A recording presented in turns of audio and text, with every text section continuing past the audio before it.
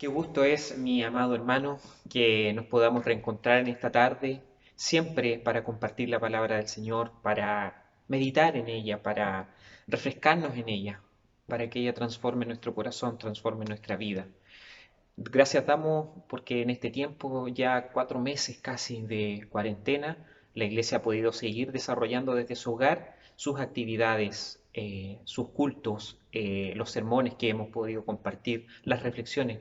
Y esperamos que el Señor siga en medio nuestro, siga ayudando a la iglesia para que en este tiempo indefinido, un tiempo que no sabemos, hermano, la gracia del Señor alcance a todos los hijos del Señor y también alcance la bondad del Señor a todo aquel que no cree y que nosotros también podamos llevar este Evangelio.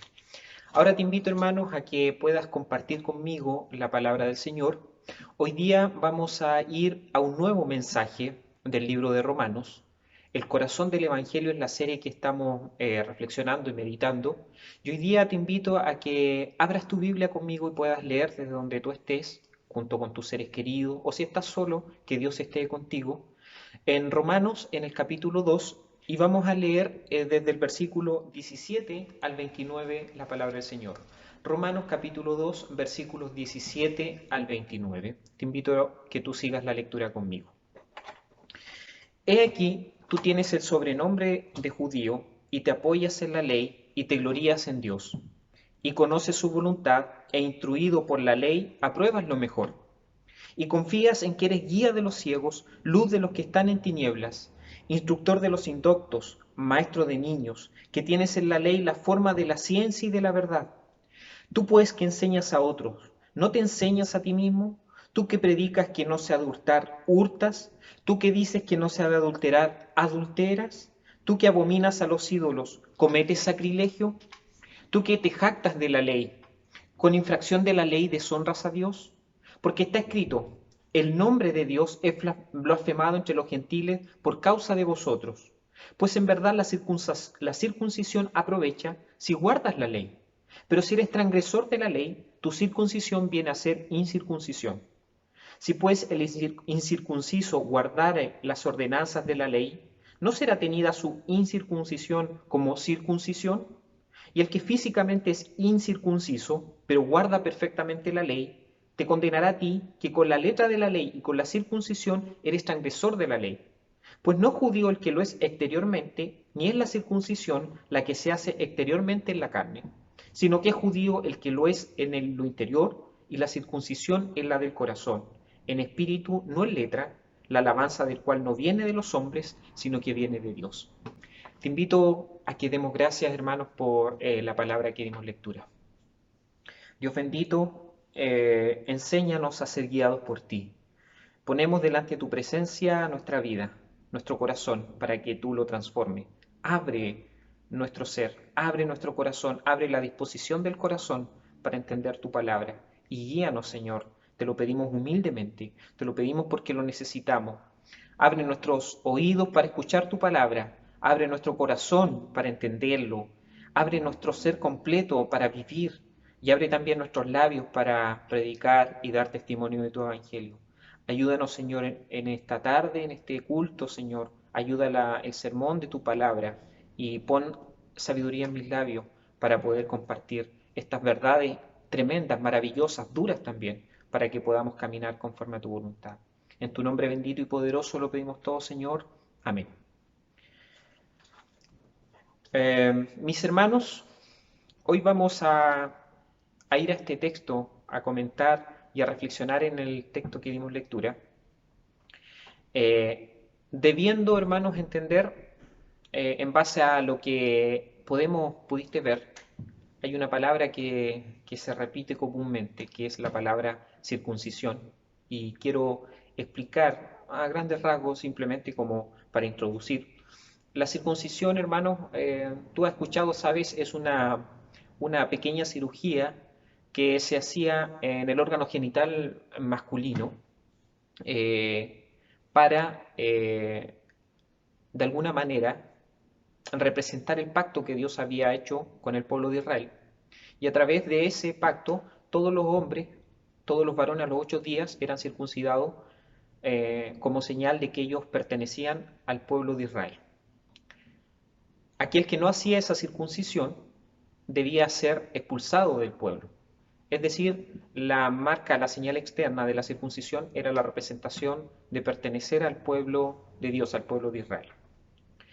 Ahora, Pablo, que era un judío, pero también era un ciudadano romano, fue circuncidado por la ley. Él conocía esta pequeña operación que se había hecho y que tenía un simbolismo, como te decía, la representación de pertenecer al pueblo judío.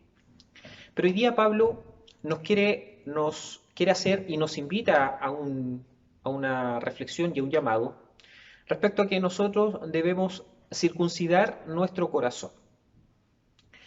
El día miércoles podíamos reflexionar respecto a lo que significaba la ley para el pueblo judío y lo que significa la ley para Dios.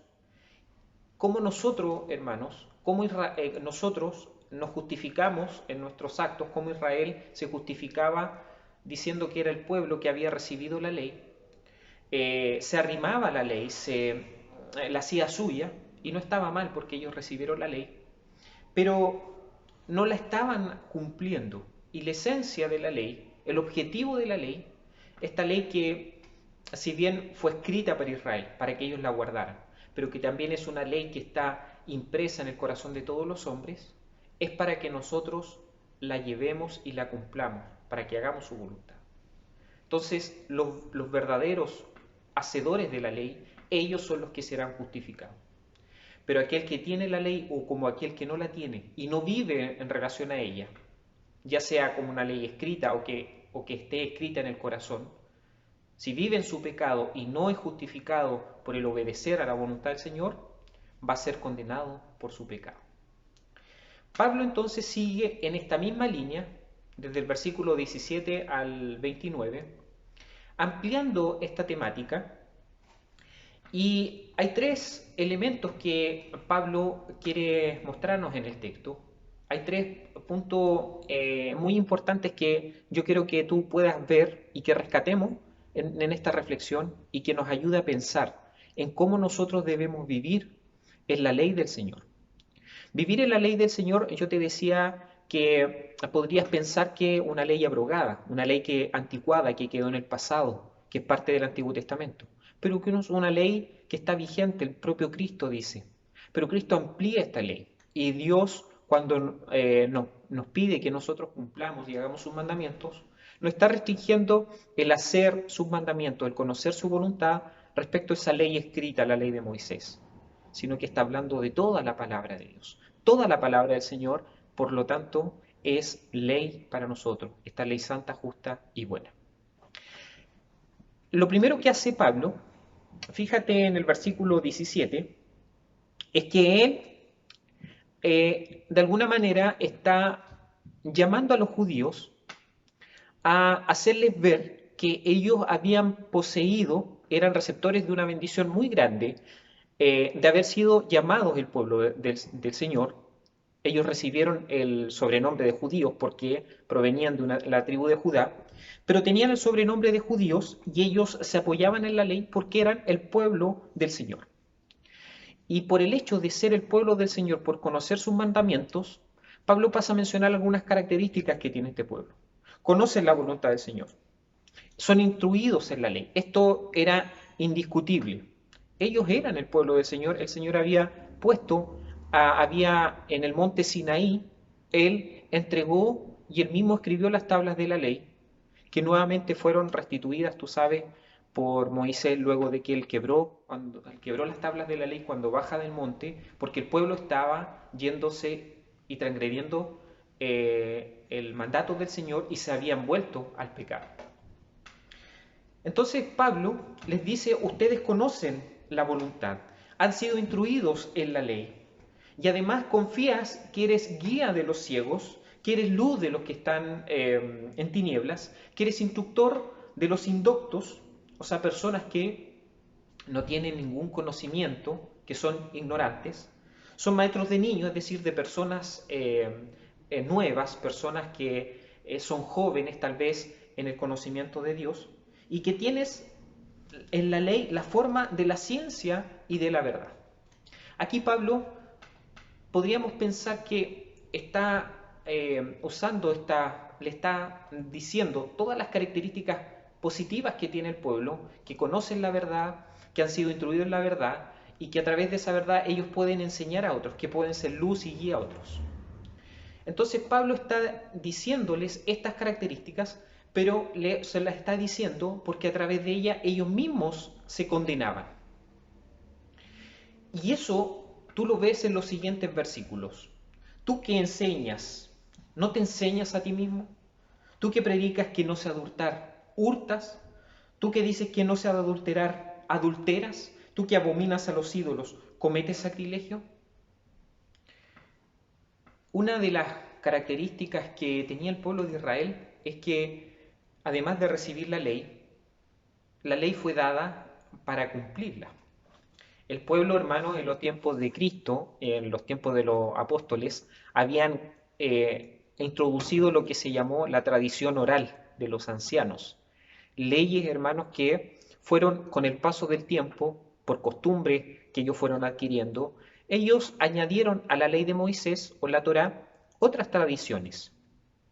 El problema de la mayoría de estas tradiciones es que sobrepasaron a la ley del Señor, a la ley verdadera y única que Él había dado. Cristo los criticó porque les dijo: ustedes enseñan mandamientos de hombres. Los judíos generalmente cumplían la ley, pero más cumplían la ley, estos mandamientos que ellos habían añadido a la tradición, a la ley que el Señor les había dado. Pero aquí lo que Pablo entonces le está diciendo, que la ley que ellos conocían y de la cual ellos se jactaban, porque al decirle: tú tienes el sobrenombre de judío, tú te llamas judío, tú dices que conoces la ley, pero cuando enseñas respecto a esta ley, ¿cumples la ley? Cuando dices que no hay que robar, ¿tú no robas? Cuando dices que no hay que adulterar, ¿tú adulteras?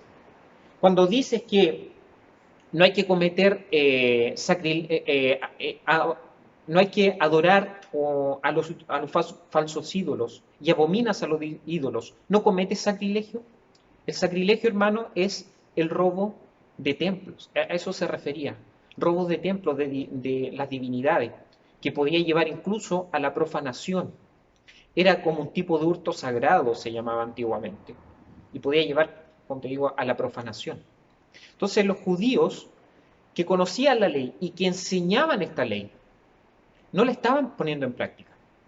Porque si Pablo les está diciendo que ustedes saben que robar es malo y lo enseñan, es porque ustedes y realmente lo están haciendo, lo están viviendo. Nosotros, hermanos, necesitamos en nuestra vida, tal como le sucedió a los judíos, vivir la verdad de la palabra del Señor.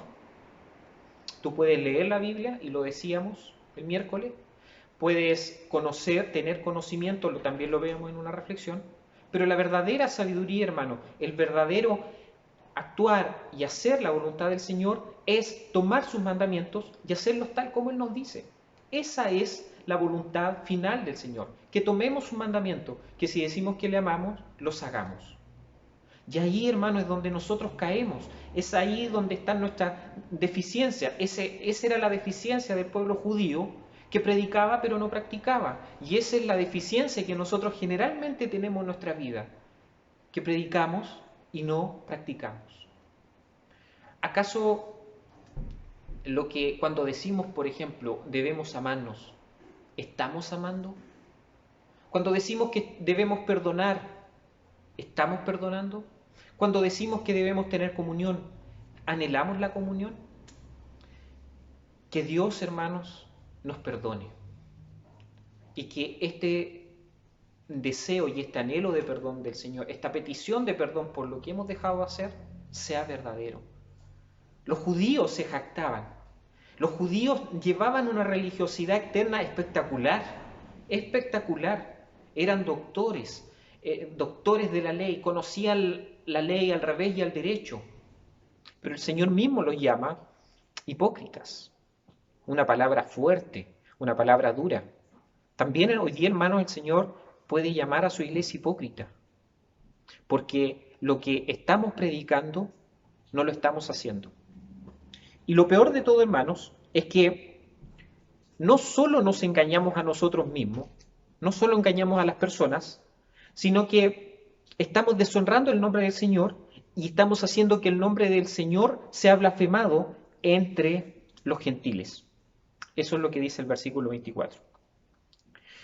Mira lo que dice Ezequiel respecto a esto en el capítulo 36, los versículos 21 y 22. Mira la protesta que Dios hace al pueblo. Pero he tenido dolor al ver mi santo nombre profanado por la casa de Israel entre las naciones donde fueron. Por lo tanto, di a la casa de Israel, ha dicho Jehová el Señor, no lo hago por vosotros, oh casa de Israel, sino por causa de mi santo nombre, el cual profanasteis vosotros entre las naciones a donde habéis llegado. ¿Sabes, hermanos, por qué la gente no cree en el Evangelio hoy día? Podríamos ver miles de razones. Es que la gente no nos quiere escuchar, es que les predicamos y el corazón está tan duro. Pero si tú miras históricamente el desarrollo de la iglesia, la historia de la iglesia a lo largo de los siglos, cuando hubo más persecución, cuando la iglesia se entregó a la predicación de la palabra en vida, en alma, en cuerpo, fue ahí cuando más personas se convirtieron. De repente no necesitamos ir tan lejos para ver el estancamiento que hoy día está viviendo el Evangelio, que no es culpa de las personas que no crean, es culpa de nosotros. Nosotros sabemos, hermanos, que los hombres deben llegar por fe, deben creer por fe. Los hombres deben llegar transformados por el Señor. Pero sin mi evangelio, y este evangelio que es poder de Dios, dice Pablo, yo no lo uso como poder. El primero que debería entender que el poder de Dios, el poder del evangelio puede transformar, deberíamos ser nosotros. Entonces, cuando vamos llevando el Evangelio, deberíamos ir con esa certidumbre de que esa palabra no la voy a predicar con timidez, no la voy a predicar con miedo, por si acaso alguien se transforma. No, yo voy porque es poder de Dios y va a transformar. No sé a quién va a transformar, pero lo va a transformar. Y el problema nuestro, entonces, es lo que decía el texto de Jeremías. Ustedes me han deshonrado, han profanado mi nombre entre las naciones. Entonces, ¿cómo nos van a creer? ¿Cómo le iban a creer a los judíos si ellos predicaban algo y no lo hacían? Adulteraban, robaban, profanaban, enseñaban y no hacían. Es decir, mira, el Señor les nombra algunos de los mandamientos que están en su ley. Y el Señor pudo haber aplicado muchos otros, y si tú ves en detalle algunas porciones de la Biblia, te vas a dar cuenta las graves falencias que ellos tuvieron. Isaías los critica, el profeta, porque el Señor está cansado de sus holocaustos. Dejen sus holocaustos y vengan a ponerse a cuenta conmigo. Eso es lo que el Señor nos pide como iglesia. Y es la única manera, hermano, en que la iglesia va a avanzar, una iglesia limpia, que no es solamente se muestra externamente, no solamente la cáscara, lo externo, como el cuerpo bonito, la fachada de la iglesia bonita. No, lo importante, hermano, es que por dentro la iglesia esté espiritualmente santa, espiritualmente pura, porque es la esposa del Señor.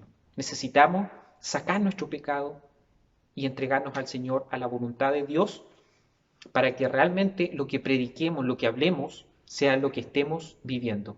Y más bien, lo que estemos viviendo, eso es lo que anhelemos predicar.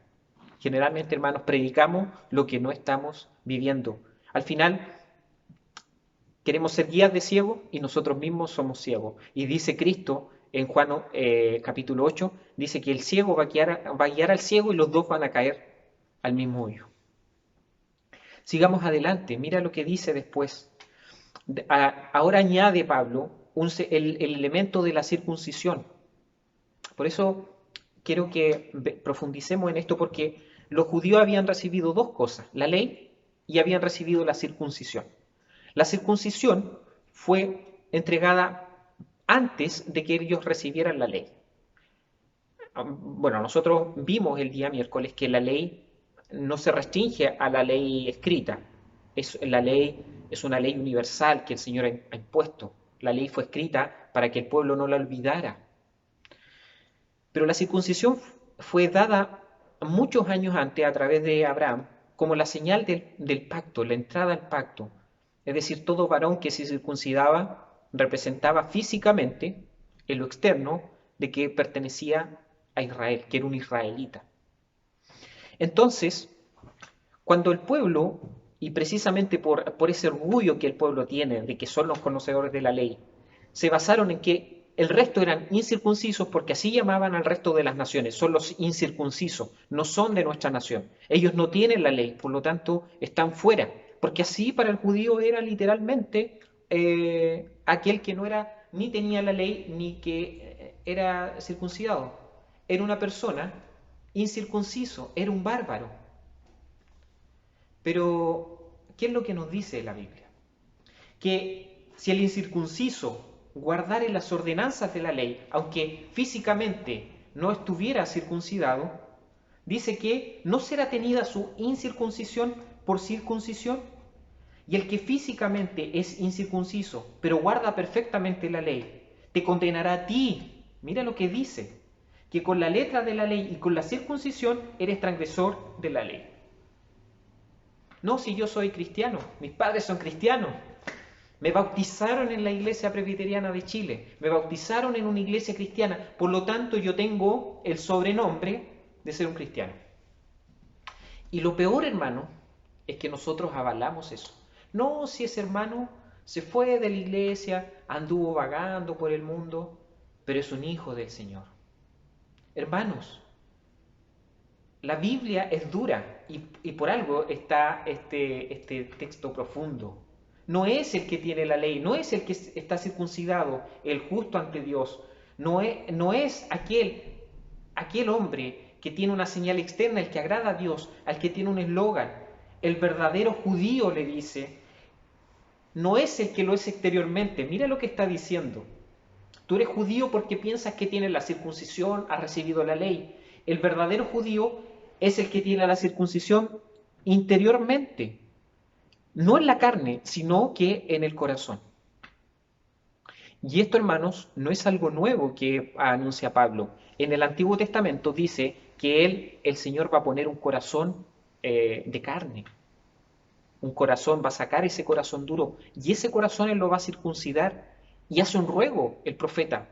Circuncidemos, que nosotros circuncidemos nuestro corazón. Circuncidad el prepucio de vuestro corazón. Lo hace como un ruego, como un llamado. Y eso es lo que a lo que nosotros debemos hacer, hermano. Circuncidar nuestro corazón, que la ley del Señor viva dentro de nosotros. Porque no es judío el que lo hace exteriormente, ni es la circuncisión la que se hace exteriormente en la carne. No es judío el que lleva la ley y el que conoce y el que instruye. No es judío el que sencillamente fue circuncidado. Es judío el que hace la voluntad de Dios, hace la ley del Señor, tomando el pasaje del día miércoles, y es judío el que es circuncidado, pero su corazón, es su corazón el que tiene la marca y la señal de que ha sido limpiado y que pertenece al Señor. La verdadera circuncisión, entonces, hermanos, es la circuncisión del corazón. El verdadero judío es el que hace la ley del Señor, la cumple, el que hace la voluntad. El verdadero cristiano, entonces, es aquel que toma la obra del Señor, los mandamientos de Dios y los hace. Cristiano no es aquel que desciende de una familia cristiana.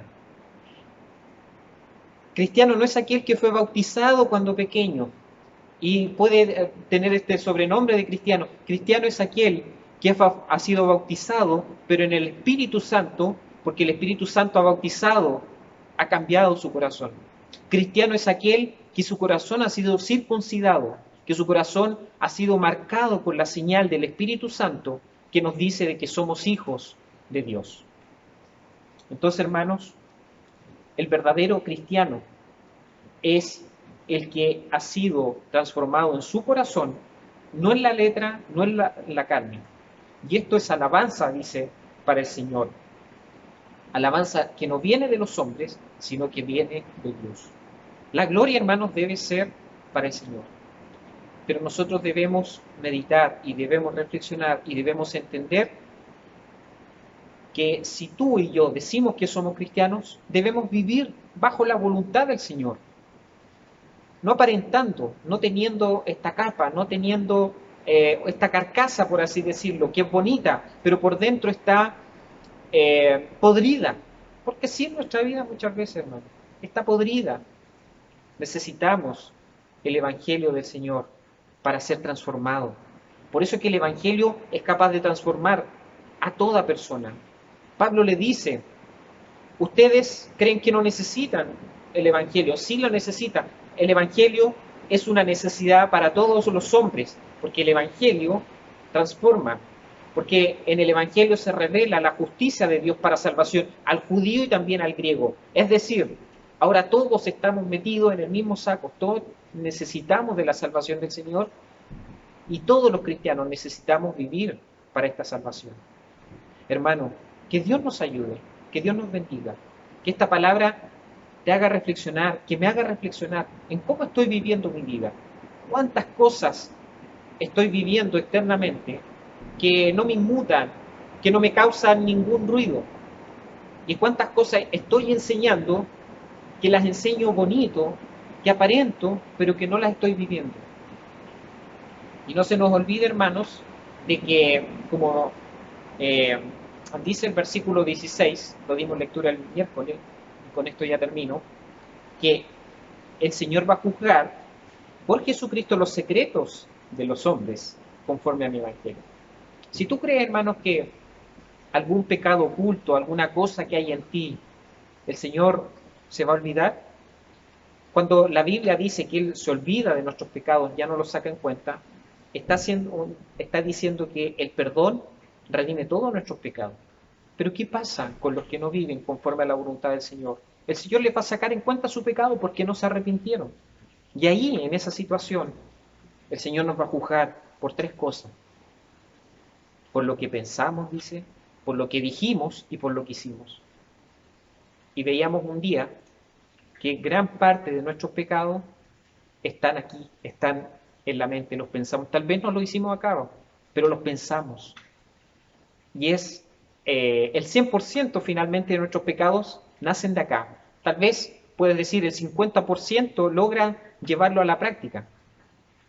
Pero no quiere decir que el Señor solo te va a juzgar por esos 50% de tus pecados que hiciste. No, te va a condenar por los pecados que hiciste, pero también te va a condenar o te va a juzgar por aquellos pecados que, aún no haciéndolo, estaban en tu corazón, estaban en tu mente. Y también por las palabras vanas, palabras insensatas que dijiste.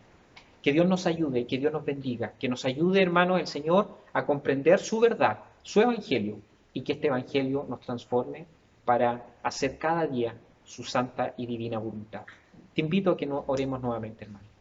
Padre Celestial y Dios bendito, ayúdanos a vivir en tu voluntad, a no ser religioso, a no ponernos una placa, un sobrenombre de cristianos, de que por tradición soy cristiano, de que mis padres son cristianos, de que vengo cada día domingo, cada día a una iglesia o ahora veo la predicación y eso me hace ser cristiano. No, el verdadero cristiano es aquel que ha sido transformado por tu palabra, ha sido transformado y ha venido a ti movido por la fe.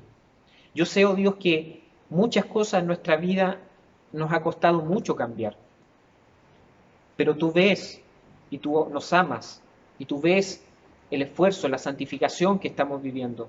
Debemos luchar para cambiar nuestra vida. No que el pecado nos venza, cede rápidamente, porque el que cede rápidamente al pecado, el que no lucha, es alguien que no ha entendido tu gracia. Porque en esta lucha de vencer el pecado vas tú. Ayúdanos, Señor. Ilumina nuestro corazón. Y que esta palabra dura que nos ha tocado leer hoy día transforme grandemente nuestros corazones. Quédate con nosotros, Señor amado, porque todo te lo pido en tu nombre poderoso, glorioso y bendito. Y santo, Señor, sobre todas las cosas. Amén. Mi hermano, que Dios te bendiga y que también pueda ser de bendición para tus seres queridos y para todos los que te rodean.